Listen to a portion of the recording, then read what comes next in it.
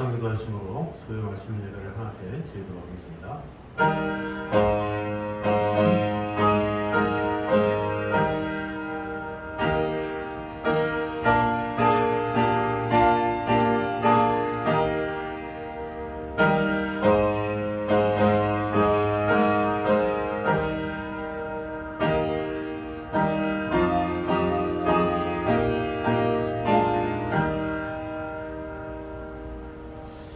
오직 위로부터 난 지혜는 첫째 성결하고 다음에 화평하고 관용하고 양순하며 국률과 선한 열매가 가득하고 편견과 거짓이 없느니 화평하게 하는 자들은 화평으로 심어 의의 열매를 거두느니라.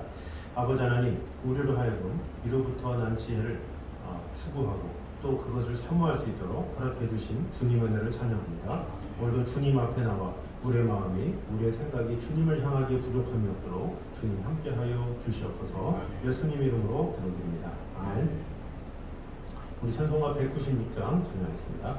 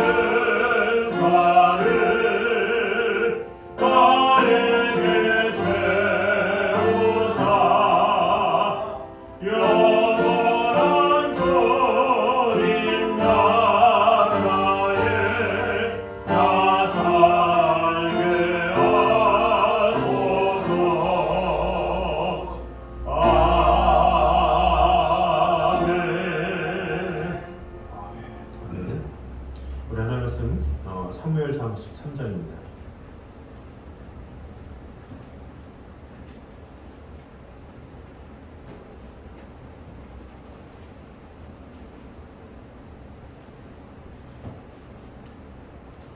사무엘상 13장 8절에서 15절까지 말씀입니다.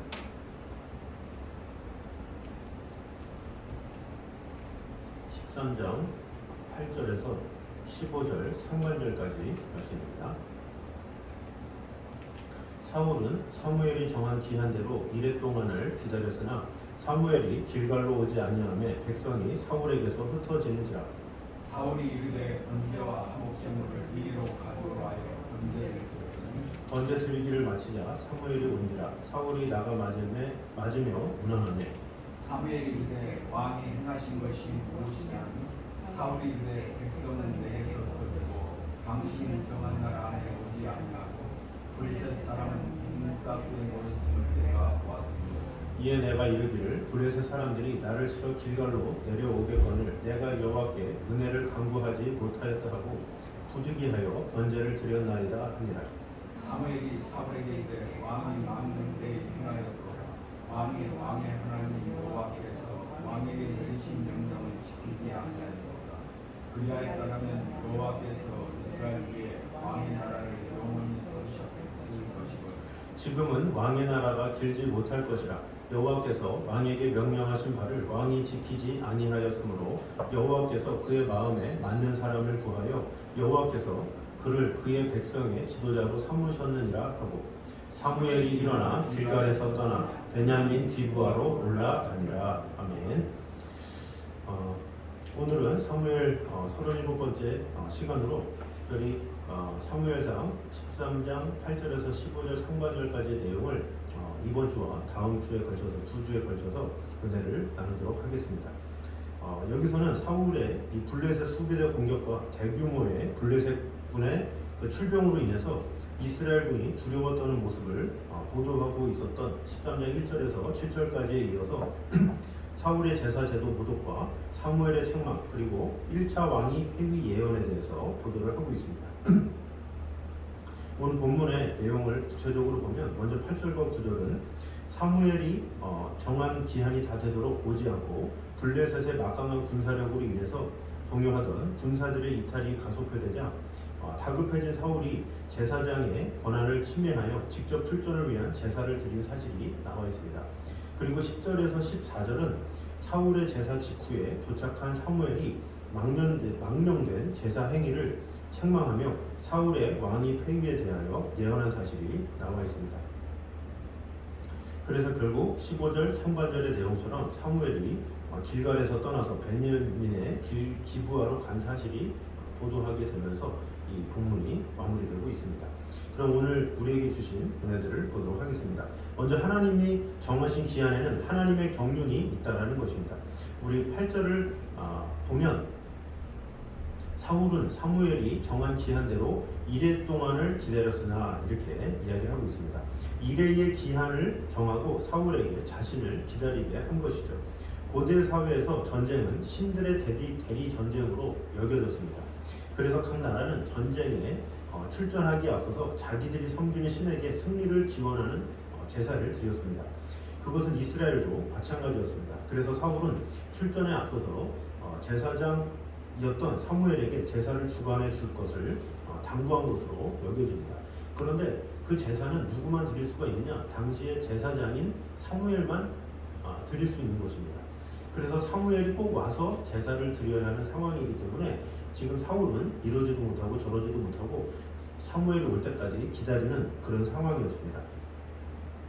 그런데 사무엘은 사울의 당부를 받고 즉시로 제사를 집전하지 않았습니다. 사무엘은 사울에게 이레를 기다려라 이렇게 말을 한 것이죠. 이 이레는 일주일을 말하는데 왜 도대체 일주일을 기다리게 하셨을까? 그것에 대해서 납득을 할 수가 없죠. 지금 사울이나 이스라엘이 처한 상황이 어떤 상황입니까? 매우 다급한 상황이죠. 블레셋은 쳐들어오지 또 백성들은 모였는데 제사를 드리지 않으면 뭔가를 할 수도 없고 이러지도 못하고 저러지도 못하는 그런 상황 가운데 있는 것을 볼 수가 있습니다. 그래서 언제 블레셋이 공격하여 올지 모르기 때문에 지금 상당히 사울은 많이 다급한 상황이 있다라는 것을 볼 수가 있습니다. 거기에 우리가 이전에 본문에서 봤듯이 지금 이스라엘 백성들은 블레셋 군대로 인해서 많이 두려워서 떨고 있는 그런 상황이라고 볼 수가 있죠. 그래서 이 사울의 입장에서는 어떻게든지 이 지금 상황을 난관을 극복하려는 그 마음이 더욱더 앞서 있다라는 것을 볼 수가 있습니다. 그런데 이런 상황에서 이레식이나 기다리려고 했으니 사울의 마음이 얼마나 답답했겠습니까? 사울의 입장에서 본다면 이레의 정한 시간이란 불필요하고 원망스러운 시간이고 또 쓸데없는 시간이었다고 볼 수가 있습니다. 그에게는 도대체 왜 이런 쓸데없는 시간을 만들어서 왜 이렇게 사람을 초조하게 만드느냐 이런 생각을 할 수도 있었겠죠. 그러나 본문이 말하고자 하는 바는 무엇이겠습니까? 그 이레의 정한 시간이 필요 없는 시간이요 사무엘이 사울의 애를 먹이기 위해 정한 무의미한 시간이 아니라 오히려 그 시간을 통해서 하나님만을 신뢰하고 하나님의 때를 기다리고 하나님께서 이 정하신 때를 기다리면서 하나님께서 정해주신 그 시간은 결코 헛되지 않고 의미한 시간임을 알려주시기 위한 것임을 우리가 볼 수가 있습니다.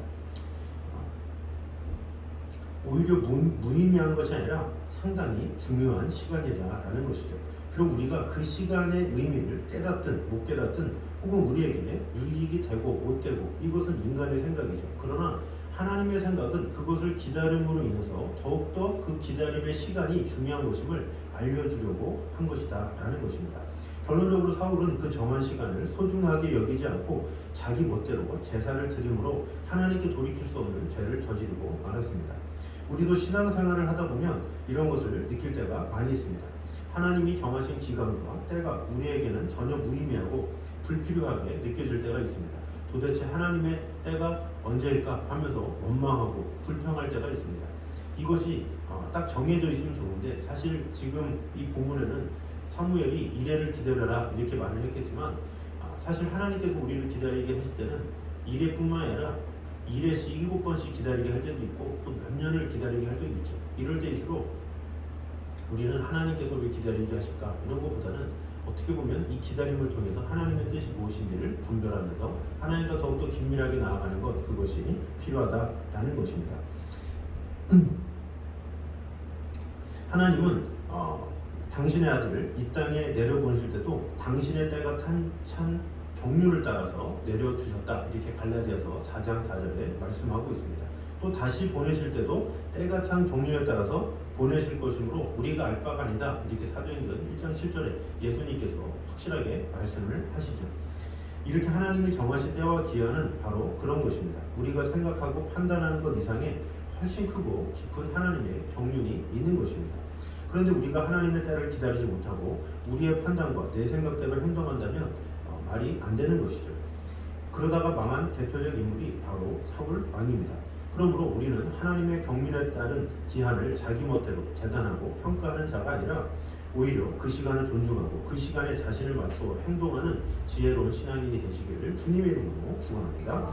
두 번째는 인간의 공명심은 실패에 이르게 하는 요인이 된다는 것입니다. 8절을 보면 백성들이 흩어지는 것으로 인해서 사울이 심리적으로 타격을 받습니다. 그리고서 11절에 그것 때문에 결국에는 자기가 하나님께 제사를 드리는 죄를 범하게 되었음을 고백하고 있습니다. 이것이 무엇을 말해주고 있는 것이겠습니까? 사울에게 암몬 사람과의 전투 때와 같이 33만이라는 대군을 거느리고 가서 블레셋을 멋지게 무찌르고 백성들로부터 환호와 찬사를 받고 싶어한 공명심이 있었음을 우리가 볼 수가 있습니다. 다시 말해서 사울은 자신의 공명심으로 말미암아 실패에 이르게 된 것이죠. 이전에 기브에서 승리했을 때 백성들이 왕 만세 하면서 소리 지를 때 얼마나 그 마음이 뿌듯했겠습니까? 내가 이스라엘의 왕이구나. 그래서 뿌듯한 마음에 자신의 이름이 높여진 것에 대한 의시됨이 있었죠. 그런데 이제금 다시금 전쟁이 시작됐는데 이곳에서 또다시 승리한다면 뭔가 자신이 더 높아진다라는 공명심이 있었다라는 것이죠. 그런데 결국 이런 공명심으로 말미암아 이를 그르치고 하나님께 죄까지 범하는 무서운 결과에 이르게 되었다라는 것입니다. 인간에게 있는 공명심이 이렇게 무서운 것입니다. 신할 평지에 세운 바벨탑이 왜 무너졌겠습니까? 바로 공명심에 사로잡힌 사람들이 하나님을 생각하지 않고 자신들의 이름을 내려고 한 까닭에 바벨탑이 무너지고 사람들은 흩어지게 된 것이죠. 그래서 사도 베드로는 이렇게 권면하고 있습니다. 만일 누가 말하려면 하나님의 말씀을 하는 것 같이 하고 누가 봉사하려면 하나님의 공급하시는 힘으로 하는 것 같이 하라. 이는 범사에 예수 그리스도로 말미암아 하나님이 영광을 받으시게 하려 함이니 그에게 영광과 권능이 세세에 무궁토록 있느니라, 이렇게 말씀하고 있죠. 봉사를 할 때도 하나님께서 주시는 힘으로, 또 말을 할 때도 하나님의 말씀을 하는 것처럼 하나님을 드러내며 하나님의 뜻 가운데 거하라라는 것이죠. 그래서 사도 바울도 자신이 많은 수고를 하였지만 내가 아니요 오직 나와 함께 하신 하나님의 은혜로라, 이렇게 이야기를 하고 있죠. 은혜 받은 사람은 자신의 공명심을 나타내지 않습니다. 오직 하나님께서 해주신 그 은혜에 감사하면서 오히려 하나님을 높이는 것을 볼 수가 있습니다. 우리가 사실 많은 일들을 할 수 있는 것, 이런 것은 우리가 잘나서 또 의로워서 되는 것이 아니라 오직 하나님께서 우리에게 힘을 주시고 은혜 주시고 지켜주시고 돌봐주셔서 할 수 있는 것이다 라는 것입니다. 그러므로 우리는 내세울 것이 없는 존재입니다.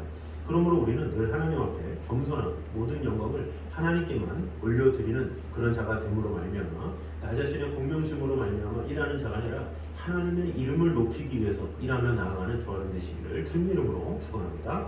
세 번째는 하나님이 기뻐하시는 예배가 어떤 예배임을 보여주고 있습니다. 우리 구절을 보면 사무엘을 기다리던 사무엘이 정한 기한이 다 되도록 오지 않자 그만 자신이 제사를 집전하고 한 사실이 나와 있습니다.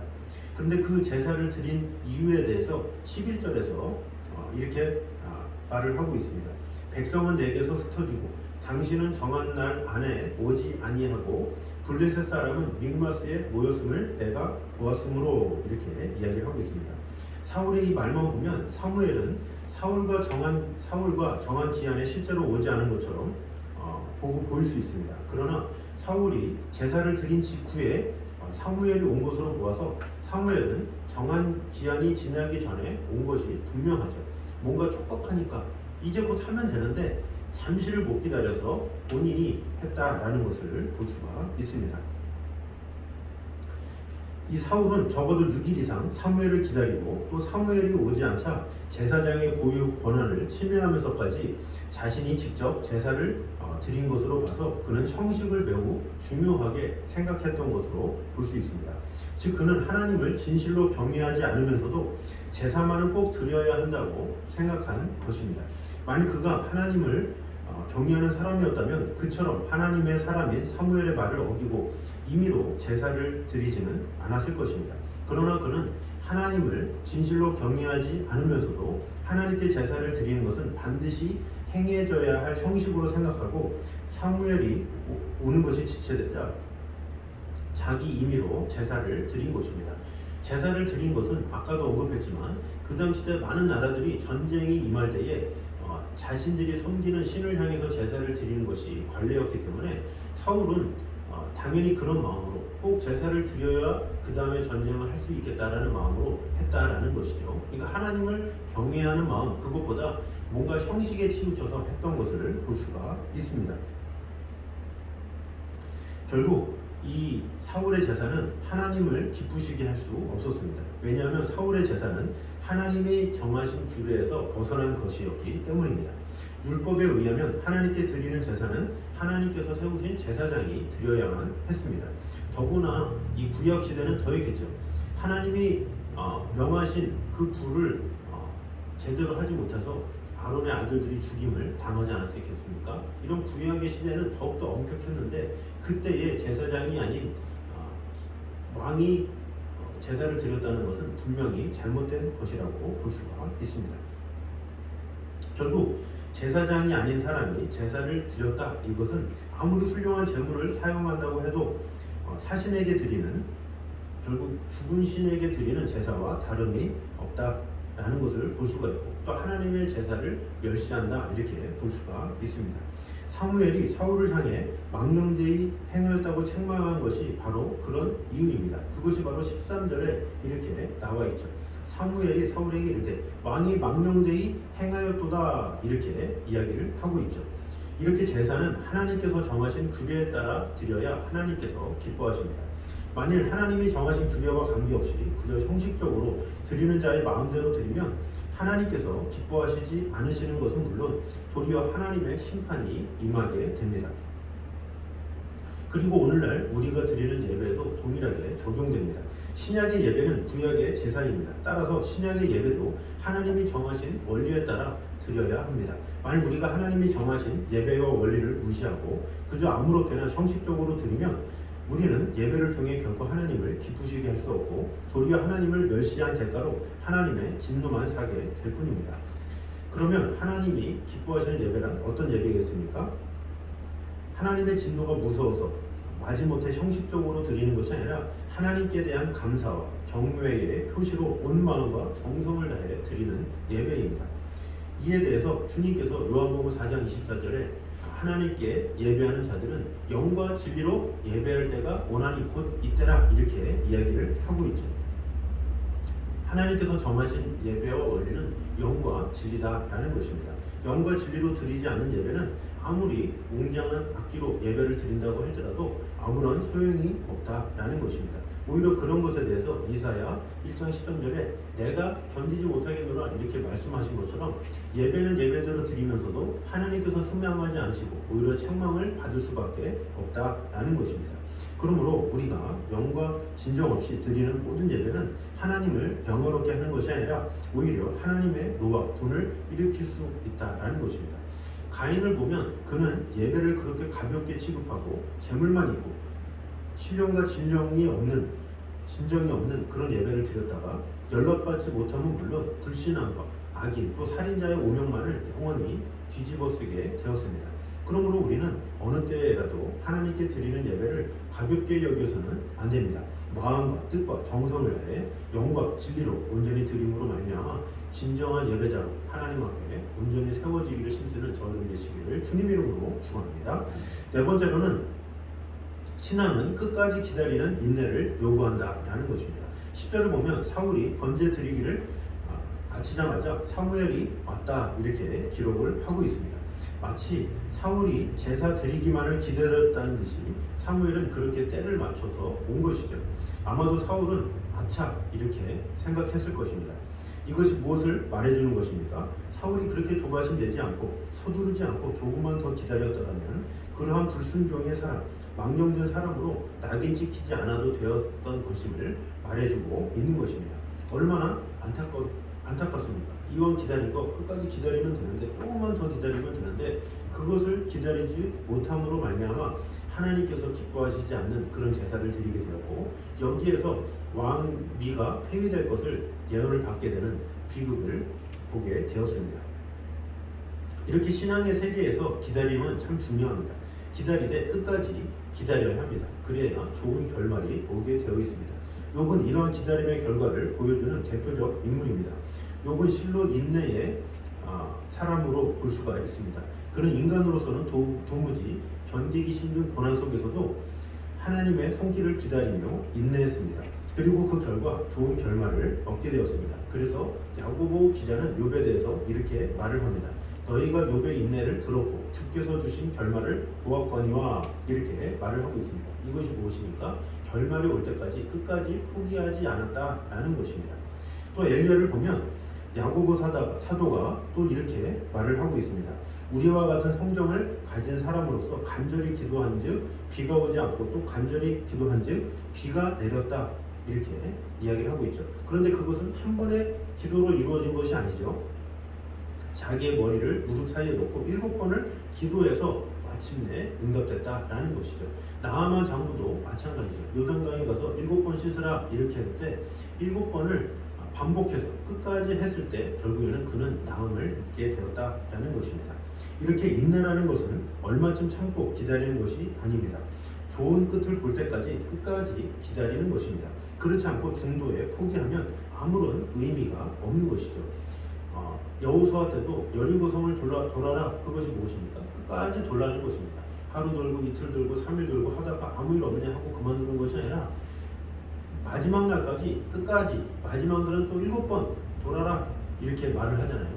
그렇게 끝까지 완수할 때 하나님께서 결국에는 일을 이루시고 놀라운 결과를 주신다라는 것입니다. 그래서 야고보서 1장 4절에는 인내를 온전히 이루라 이는 너희로 온전하고 구비하여 조금도 부족함이 없게 하려 함이라 이렇게 말을 하고 있습니다. 사실 신앙이란 하나님의 약속에 대한 기다림이라고 볼 수 있습니다. 하나님의 약속이 이루어지기를 기다리는 것이 바로 신앙생활이라는 것입니다. 우리가 기다리는 하나님의 약속의 대표적인 것이 바로 그리스도의 재림이죠. 이는 하나님의 분명한 약속입니다. 우리는 그것이 이루어질 줄 믿고 간절히 기다리며 살아가는 그런 성도가 되어야 합니다. 그러므로 우리는 이에 대한 믿음을 끝까지 버리지 말고 그 성취를 기다리며 우리가 끝까지 하나님께서 주실 그 약속을 기대하며 나아갈 때 하나님께서 주시는 평강과 화평을 누릴 수 있다라는 믿음을 가지고 온전히 하나님의 때, 하나님의 방법으로 하나님의 마지막을 기다리는 저 여러분 되시기를 주님의 이름으로 축원합니다. 마지막 5번째로 성도는 현실적 상황을 넘어 하나님의 보좌를 볼 수 있어야 한다라는 것입니다. 11절과 12절을 보겠습니다. 사무엘이 이르되 왕이 행하신 것이 무엇이냐 하니 사울이 이르되 백성은 내게서 흩어지고 당신은 정한 날 안에 오지 아니하고 블레셋 사람은 믹마스에 모였음을 내가 보았으므로 이에 내가 이르기를 블레셋 사람들이 나를 치러 길갈에 내려오겠거늘 내가 여호와께 은혜를 간구하지 못하였다 하고 부득이하여 번제를 드렸나이다 이렇게 이야기를 하고 있습니다. 여기서 보면 사울이 제사장의 권리를 침해하여 스스로 하나님께 제사를 드린 데 대해 변명하는 내용이 나옵니다. 즉 백성은 흩어지고 사무엘은 오지 않고 블레셋은 곧 공격해 올 것 같아서 스스로 제사를 드렸다는 것입니다. 여기서 우리는 사울이 범죄에 빠져 망하게 된 이유를 찾을 수가 있습니다. 그것은 그가 현실적 상황을 넘어서 하나님의 보좌를 볼 수 있는 시야를 가지지 못하였기 때문임을 알 수가 있습니다.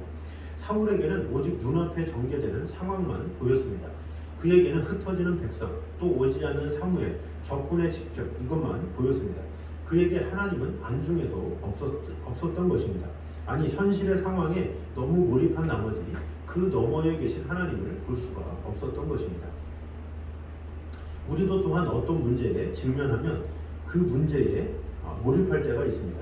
그때 우리는 다른 것이 보이지 않죠. 그 몰입된 그 문제에 사로잡혀서 오히려 그 문제로 인해서 고민하고 또 불찰하게 되고 실수하게 되는 경우가 많이 있다라는 것입니다.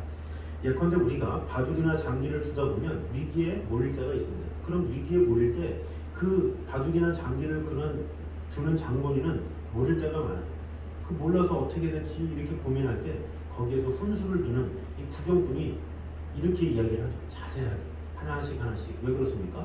이 훈수를 두는 그 옆에 있는 사람은 전체를 보기 때문에 그렇죠. 그러나 장기와 바둑을 두면서 위험에 처한 사람은 지금 당장 이곳을 벗어나야지 그런 그 앞에만 사로잡혀 있기 때문에 전체를 보지 못한다라는 것입니다. 이처럼 당면한 문제에만 집착하면 그 문제를 해결할 모책을 도리어 발견할 수가 없게 됩니다. 우리 성도들에게는 어떠한 문제를 만나든 그것을 해결할 수 있는 훌륭한 묘책이 있습니다. 그것이 무엇입니까? 바로 전능하신 하나님을 바라보는 것입니다. 다 내려놓고 하나님만을 바라볼 때 하나님께서 보내주시고 지켜주셔서 우리에게 확실한 결과를 주시는데, 그런데 우리는 다급한 상황을 만나게 되면 현실에 몰입한 나머지 그 훌륭한 묘책 하나님을 찾지 않는다라는 것입니다. 동전이 얼마나 작습니까? 반면 태양이 얼마나 큽니까? 그러나 동전을 눈앞에 갖다가 대어보면 아무리 큰 태양이라도 보이지 않습니다. 그저 빛만 희미하게 보일 뿐입니다. 마찬가지로 우리가 현실적 상황에만 집착하면 아무리 능하고 크신 하나님이라도 보이지 않는 것입니다.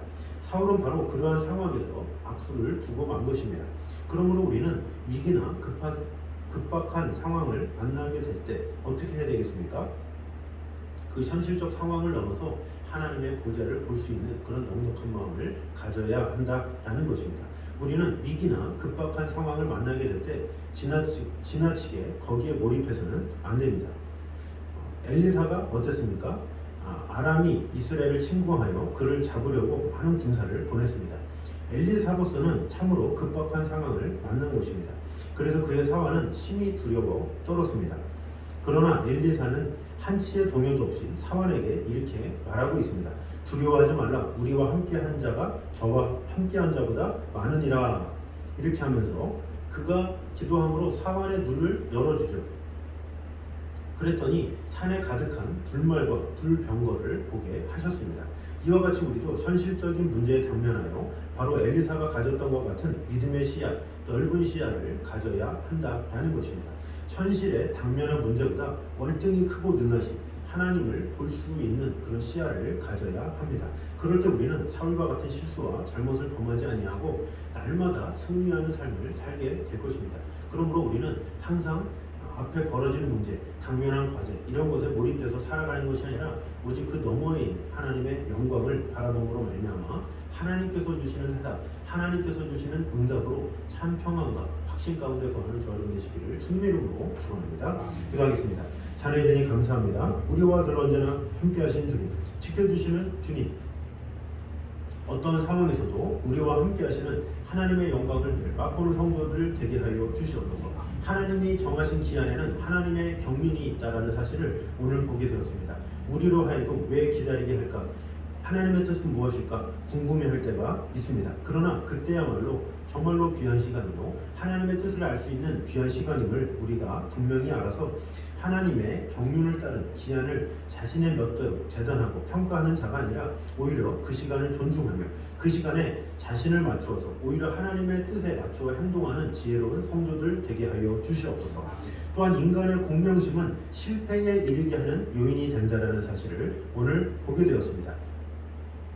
우리는 아무것도 할 수 없는 연약한 자입니다. 우리가 그것을 항상 인정함으로 말미암아 늘 하나님 앞에 겸손하고 모든 영광을 하나님께만 올려드리는 그런 성도들이 되게 하여 주시옵소서.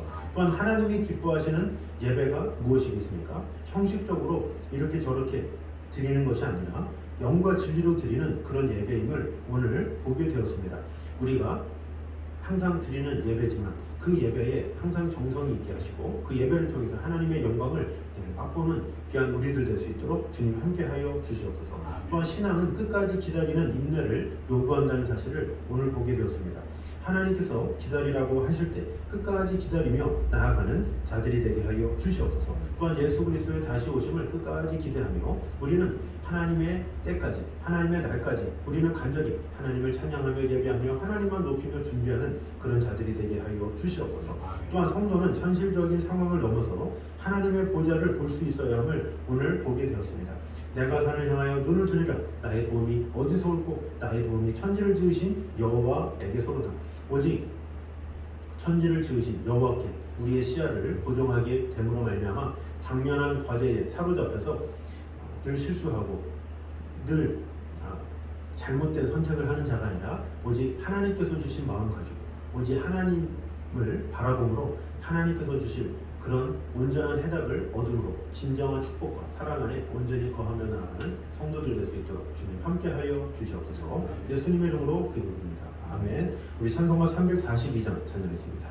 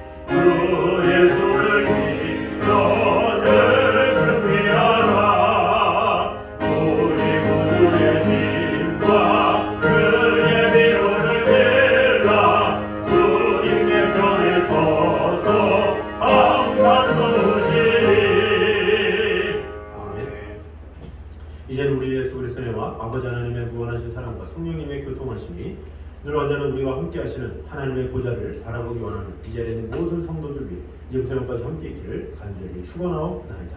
아멘.